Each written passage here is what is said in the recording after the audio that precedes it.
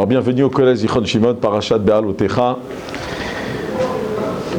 On va parler de la Parashat Be'alotecha, mais c'est un sujet qui peut être général. C'est pas seulement par rapport à la Parashat. Mais en tout cas, on va découvrir une idée fondamentale dans la Parashat. C'est marqué à la fin de la Parashat, donc le chapitre 11. Donc verset 1, Aleph. Vaï, c'est marqué Vaïhi ha'am kemit onenim ra be'ozne Hashem. Voilà que le peuple finalement se plaigne et Hashem il n'aime pas qu'on se plaint. Vaïshma Hashem vaïcha rapo. Akadosh Baruch Hu s'est beaucoup énervé. Il a mis sa colère contre ces gens qui se sont plaints en fait. Vatir abam esh Hashem vatuchal bikte Hashem amachane. Et voilà qu'Akadosh Baruch Hu, il a fait descendre un feu et ce feu a dévoré ces gens qui se sont plaints. Alors, il est très important de comprendre comment c'est possible qu'Akadosh Baruch Hu, il donne une peine de mort comme ça à des gens qui se sont plaints. On va dire c'est quelque chose d'important. Ça veut dire quelque part, ils étaient mécontents de leur sort. Et on sait très bien, on comprend qu'Akadosh Baruch Hu, il n'est pas heureux avec ça lorsqu'on donne quelque chose à quelqu'un et puis il n'apprécie pas ce qu'on lui donne. Alors ça fait mal. Mais de là à ce qu'il y a un feu qui vient les dévorer, c'est quand même une punition assez forte. Alors il faut comprendre qu'est-ce que ça veut dire. Alors, pour comprendre, d'abord, on va essayer de mentionner ce que Rashi dit à propos de cette plainte. Et Rashi va essayer quelque part de définir c'est quoi une plainte, quand quelqu'un se plaint, lorsqu'il est mécontent. Regardez ce qu'il dit Rashi. Kemit onenim, en mitonim et la lachon alila. Celui qui se plaint, c'est qu'en fait, qu'il veut trouver une excuse. Mais vakshim alila, il trouve une excuse. He'er lifrosh ma'ahare amakom. Ça veut dire qu'en fait, quelque part, quelqu'un qui fait une remarque, qu'il la fasse à sa femme, qu'il la fasse à son ami, qu'il la fasse à son employé, alors,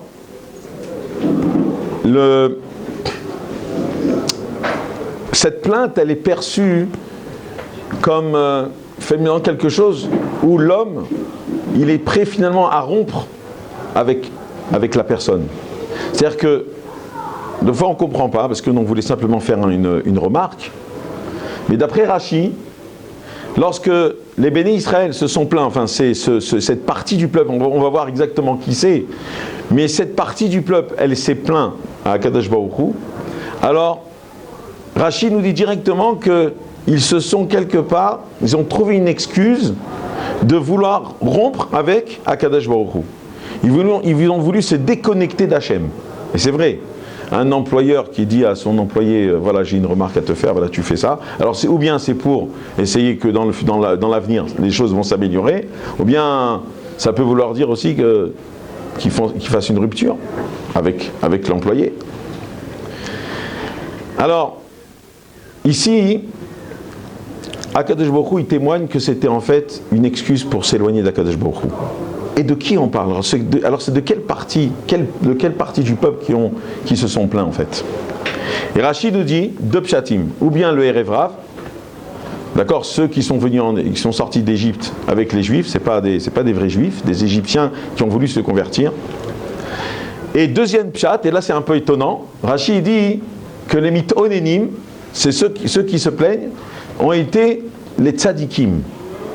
C'était les tzadikim avec lesquels, les 70 tzadikim avec lesquels, Akadosh Baruch Hu, dans Parashat Shemot, dans Parashat Mishpatim, il a demandé à Moshe Rabbeinu, à Aaron, Nadav et Avihu, et aux 70 tzkenim, d'accord, les 70 anciens, de monter avec lui le 4 Sivan, c'est donc 2 jours avant le Matan Torah, il leur a demandé de monter et de parler avec eux. Avant, en tant que préparation du Matan Torah.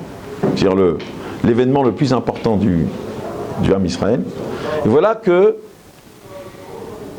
il y a eu à ce niveau, la Torah nous raconte qu'à pendant cet événement, il y a eu quelque chose de tragique qui s'est passé, où justement ces Shivim, ces 70 anciens, qui sont des tzadikim, des grands, des sages, ils ont fait une faute. C'est qu'ils se sont permis de regarder un peu trop loin. Ils ont voulu regarder la présence divine.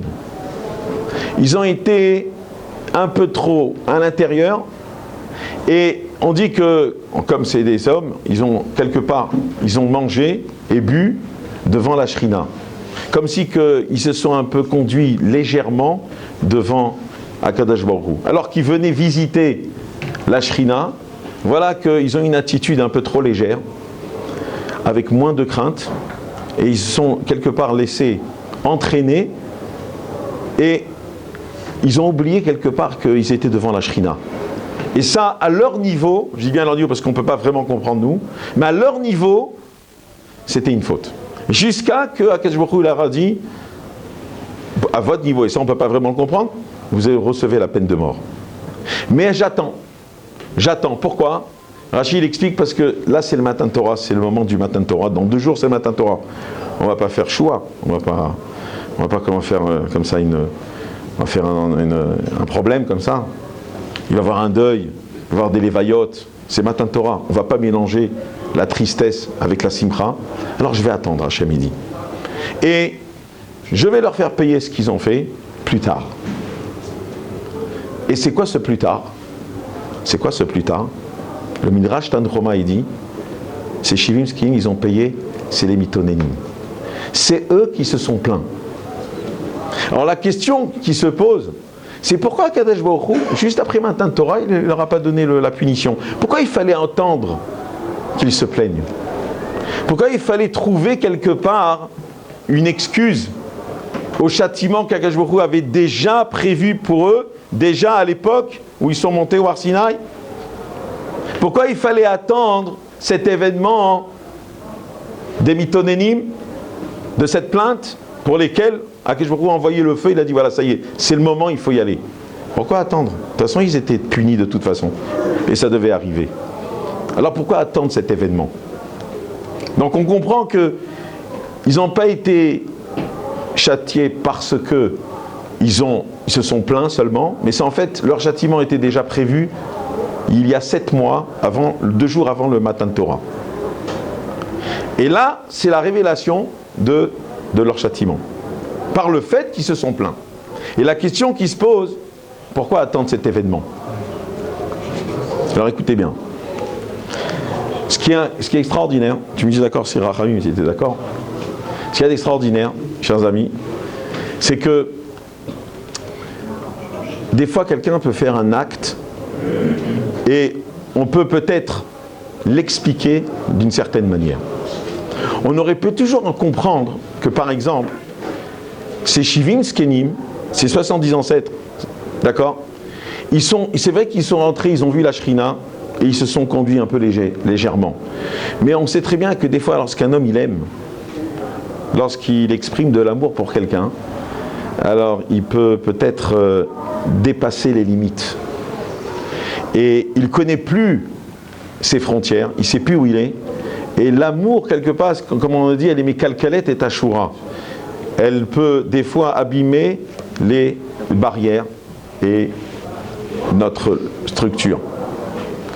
L'amour, des fois, c'est un sentiment qu'on n'arrive pas à contrôler. Alors peut-être que les Shivim Skenim, ces 70 tzadikim, lorsqu'ils ont vu Akadosh Baruch Hu, lorsqu'ils se sont rapprochés de la Shrina, ils ont voulu quelque part exprimer un amour pour Akadosh Baruch Hu, un désir de vouloir se rapprocher d'Hachem.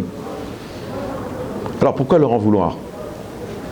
Et là, Akadosh Baruch Hu il a dit attends, je vais vous montrer que ce n'était pas ça le cas.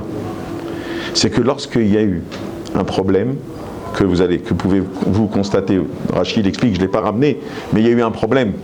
Je ne l'ai pas dit depuis le début, mais le problème c'est qu'en fait ils ont marché 3 jours dans le désert d'une manière intensive.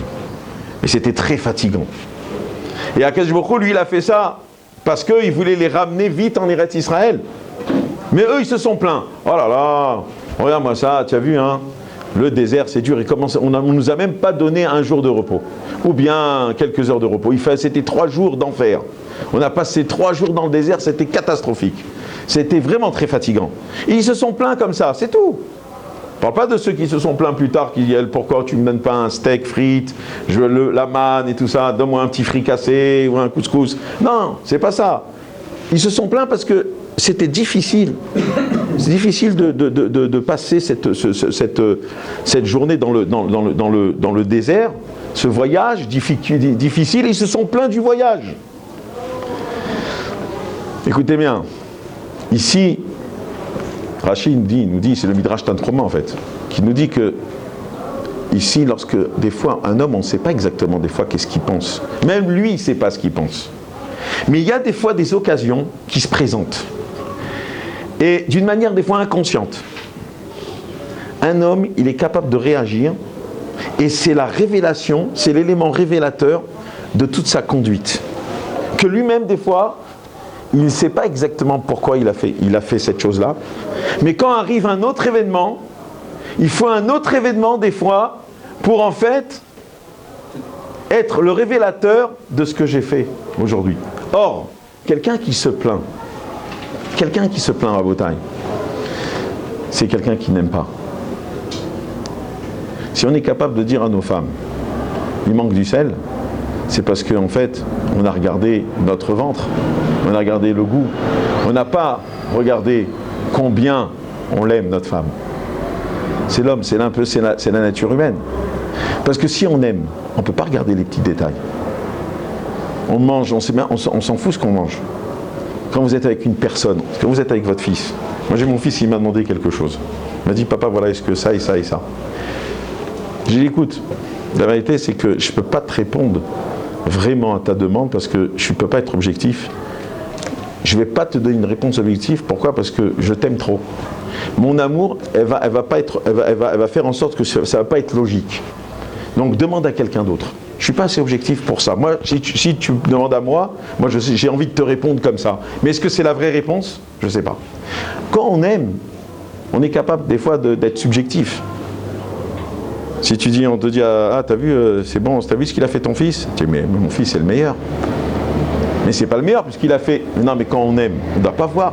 Ça veut dire qu'en fait, si on fait une remarque, c'est quelque part, la personne en face de nous, elle peut prendre cette remarque comme quelque part une révélateur d'un désir de rupture. Donc Akadosh Baruch Hu, il dit ici au Mitonélim, au Tzadikim, peut-être que c'était par amour que vous vouliez se rapprocher de moi. Mais en fait, quand il y a eu cette histoire et que vous étiez mal, vous avez révélé en fait que ce n'était pas par amour, ce n'était pas par le désir de vous rapprocher de moi. Mais c'était au contraire, c'était par désir c'était une conduite légère que vous avez eue. Ce n'était pas le désir de vouloir vous rapprocher. Puisque maintenant, quand il y a eu un problème, tout d'un coup, tout s'est révélé. Ah, t'as vu, ils se sont plaints. Et ça, c'est dans la vie de tous les jours. Des fois, il y a des gens, on ne sait pas exactement qu'est-ce qu'ils pensent. Mais tout d'un coup, ils se plaignent les premiers. Ah, ça veut dire quoi ? C'est-à-dire qu'en fait, tu ne savais pas vraiment ce qui se passait dans cette situation. Mais quand ça s'est révélé comme ça, ah, c'est le premier. Ah, il se plaint le premier. Ah, il faut faire attention. Mais ce que je veux vous dire à Botaï, chers amis, ce qui est très important, le message que je veux vous dire, plus que tout, c'est que ces tzadikim, là, ils nous ont appris une chose, c'est que d'abord, on peut être un bon tzadik, et quelqu'un de très droit, et tzadik avec Hachem. On peut être un grand sage, mais on ne sait pas se conduire aussi. C'est pas parce qu'on est des grands tzadiks ou bien talmidei chachamim qu'on sait bien se conduire. Et que des fois, dès que dans la remarque, il faut faire attention parce que ça peut s'expliquer comme un désir de vouloir créer une rupture. Alors, c'est pas la femme elle va pas divorcer, on a une maison, on a des enfants, on va pas divorcer. Mais c'est mounar, ce qu'on dit. Ça contient, la remarque, elle contient un potentiel de rupture. C'est très grave. Donc faire très attention. Alors c'est vrai que le Chiyuv Mita, il n'était pas par rapport à cet incident. C'était un autre incident. D'Em Nadav et Avihu. c'était l'incident là-bas. Il les a eus au Mishkan. Il a dit, je vous attends au Mishkan. Quand ils ont donné le korban, ils se sont aussi trop rapprochés. Ils étaient chicors. Il y a encore cette idée de légèreté. Donc ça a révélé que c'était cohérent avec l'incident qui s'est passé avant. Donc, chers amis, j'ai trouvé ça extraordinaire. Je trouvais ça extraordinaire.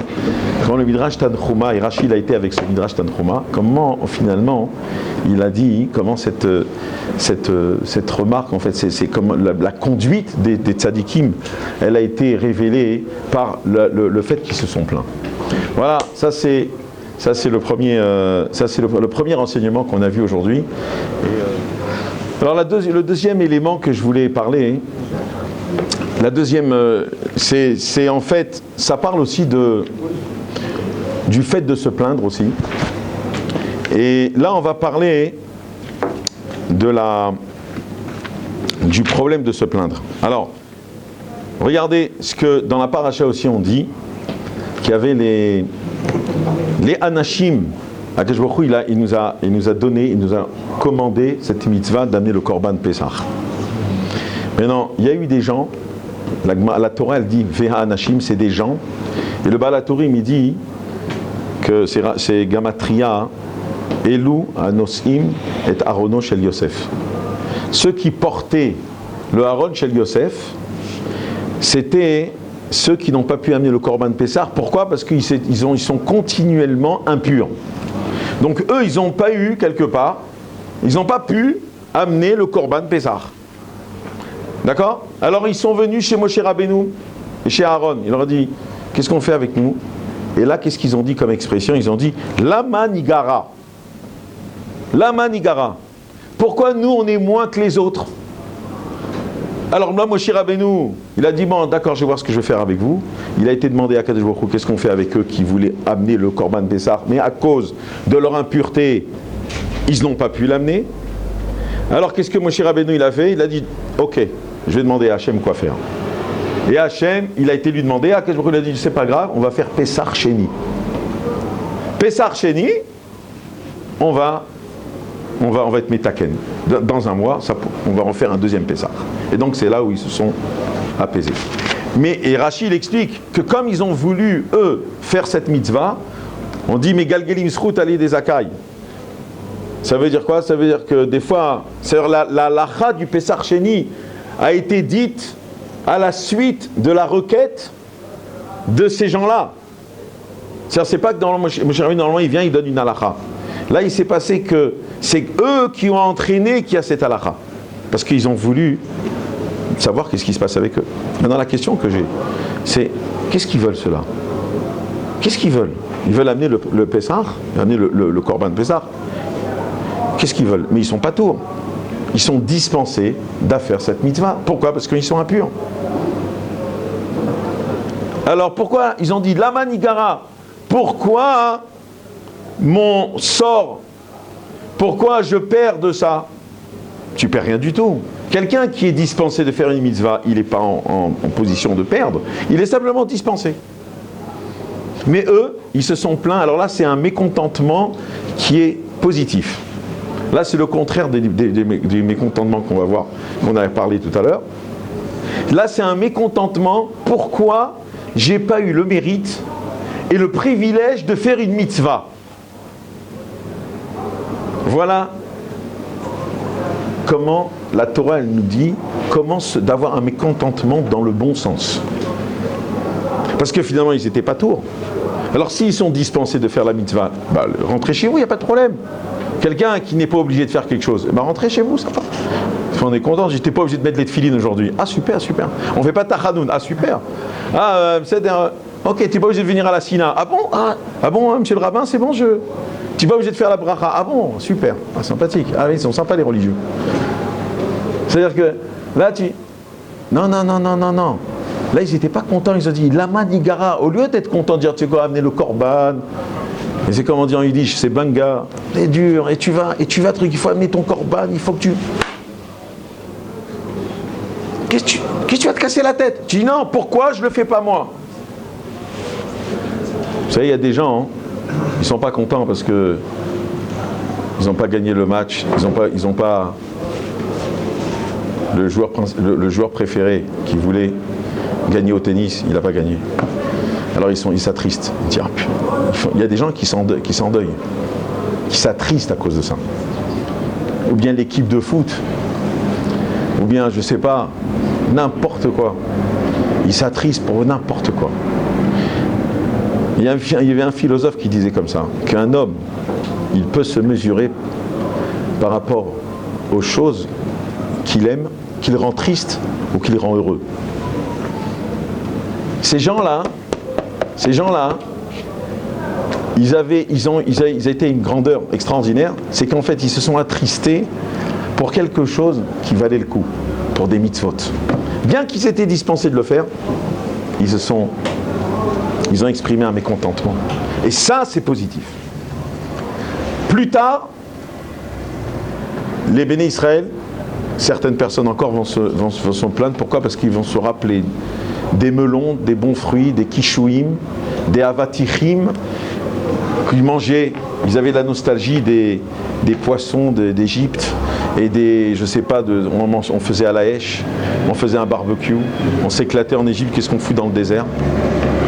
Ça veut dire qu'en fait, ils se sont plaints de choses qui sont matérielles. C'est ça qui t'attriste ? Tu n'as pas eu de dessert ? On t'a pas donné exactement ce que tu voulais ? Et regarde, analyse dans quel domaine on peut changer ton humeur. On peut changer ton humeur facilement. Dans quel domaine tu es heureux, dans quel domaine tu es triste. Regardez Aaron, au début de la paracha, on dit que Aaron, il n'a pas eu le srout d'amener, donc pendant l'inauguration du Mishkan, sa tribu n'a pas amené le Korban. Donc ils n'ont pas pu inaugurer, ils n'ont pas eu le privilège d'inaugurer le Mishkan. Et là, c'est marqué Chalshad Dato. Aaron a été déprimé par ça. C'est pour ça que Be'alotecha et Tanerot, le Rashi il explique, le Midrash il dit, Akadosh Baruch Hu dit, toi, je vais te donner une mitzvah qui est plus grande que les autres. Tu vas allumer la menorah, le candélabre, pour à jamais. Parce que même les bougies de Hanouka, ça continue. Même quand il n'y a pas le Beth Amikdash. Donc toi, c'est plus grand que les autres. Ça veut dire que Aaron, même quand Chas v'Shelem, ses enfants, ils sont décédés, c'est marqué Vaïdom Aaron. C'est pas marqué qu'il a été déprimé, c'est marqué qu'il est resté muet devant la chose. Mais quand on lui a pas fait la mitzvah, quand il a compris qu'il n'était pas parmi ceux qui avaient le privilège d'inaugurer le Mishkan, Chalshadato. Chalshadato, ça veut dire qu'il a été vraiment déprimé. Son esprit s'est affaibli. C'est ça la leçon qu'on doit retenir. Dans quel domaine de la vie on est touché? Et ça, quelque part, c'est le reflet de nous-mêmes. C'est l'expression de nous-mêmes. Ça veut dire que la manière dont on réagit à certaines choses, c'est quelque part, cette réaction, c'est quelque part ce qu'on est vraiment. Alors des fois, c'est dommage de s'attrister parce que bon, il y a des choses qui se font pas dans la vie ou bien tu n'as pas de certaines choses. C'est dommage. Parce que c'est vrai, ça vaut pas le coup. Mais si on pouvait s'habituer à s'attrister, de dire je suis pas un chacham, kinat sofrim, être jaloux de mon ami parce qu'il est chacham, pas parce que je suis jaloux de lui, mais parce qu'il y a une chorma. Et là, on peut retrouver ce sentiment de tristesse parce que quelque part, on n'a pas des choses de valeur. Pas parce que j'ai pas une Rolex ou parce que j'ai pas une Porsche. Il y en a qui sont déprimés parce qu'ils n'ont pas la Porsche. Ils sont déprimés parce que j'ai pas réussi. Tu comprends? Ça veut dire. Mais ça veut dire quoi ça?